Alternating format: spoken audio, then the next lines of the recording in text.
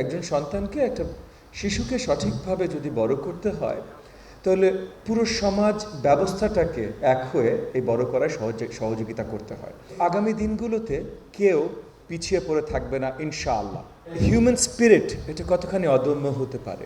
আমরা স্পেশালি এই যে আব্বা আম্মা, আপনারা যে আমার তরুণ শিক্ষার্থীরা আছেন, ইয়াং শিক্ষার্থীরা আছেন, আপনারা স্বপ্ন দেখেন না বড় হয়ে কি হবেন? দেখেন, আপনারা যে স্বপ্ন দেখেন সেই স্বপ্নটা বাস্তবায়ন করা অসম্ভব না, শুধু আপনাদের একটু কষ্ট করে কাজ করতে হবে। এবং সবচেয়ে বেশি কাজ যেটা করতে হবে সেটা হলো আপনাদের পড়াশোনাটা অনেক ভালো করে করতে হবে। আপনারা একটু মনোযোগ দিয়ে যদি পড়াশোনা করেন, আগামী দিনগুলোতে যে ডাক্তার হতে চান, যে বিজ্ঞানী হতে চান, কেউ অ্যাস্ট্রোনট হতে চান, এখানে কেউ অ্যাস্ট্রোনট আছে, অ্যাস্ট্রোনট হতে চায়, আপনারা যদি প্রধানমন্ত্রী প্রেসিডেন্ট হতে চান, কোনোটাই আপনাদের হাতের বাইরে না।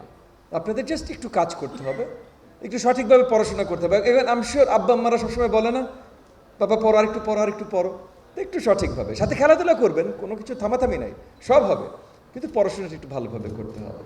একজন সন্তানকে, একটা শিশুকে সঠিকভাবে যদি বড় করতে হয়, তাহলে পুরো সমাজ ব্যবস্থাটাকে এক হয়ে এই বড় করায় সহযোগিতা করতে হয়।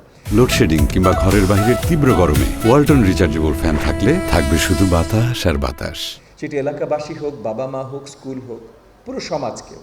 আমরা আমাদের সমাজ ব্যবস্থা এমন দেখতে চাই যে আয়েশা যেন একটা সোলো ইউনিক ইনসিডেন্ট না হয়।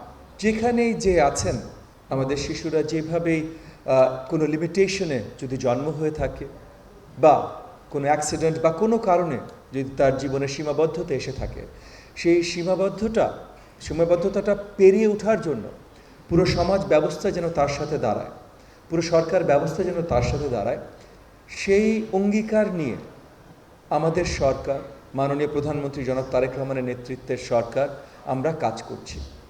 সো আগামী দিনগুলোতে কেউ পিছিয়ে পড়ে থাকবে না ইনশাআল্লাহ। শিক্ষার্থী পড়াশোনা করার সময় কষ্টটা সে নিজে উপলব্ধি আরও শক্তভাবে করতে পারবে, এই ধরনের শিক্ষকের আমার মনে হয় আমাদের দেশে দরকার আছে। আয়েশার ডিটেলসগুলো আপনারা আমাদের মন্ত্রণালয়ে পৌঁছে দেন, এবং অবভিয়াসলি সব কিছুর সিস্টেম আছে, চাকরি দেওয়ারও সিস্টেম আছে, তবে এই সিস্টেমটা যেন ভালোভাবে আয়েশার জন্য প্রয়োগ করা যেতে পারে। এবং একজন মেধাবী, একসময়কার মেধাবী শিক্ষার্থীকে, যে অনেক কষ্ট করে আসলে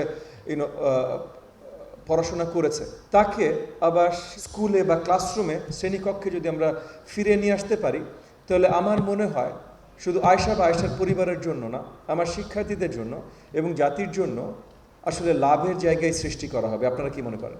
ইতিমধ্যে আমি অত্যন্ত দুঃখিত, ডকুমেন্টারিতে এটা কভার করা ছিল না, আপনাদের জন্য জানাচ্ছি, তো আমার আর কিছু করতে হবে না।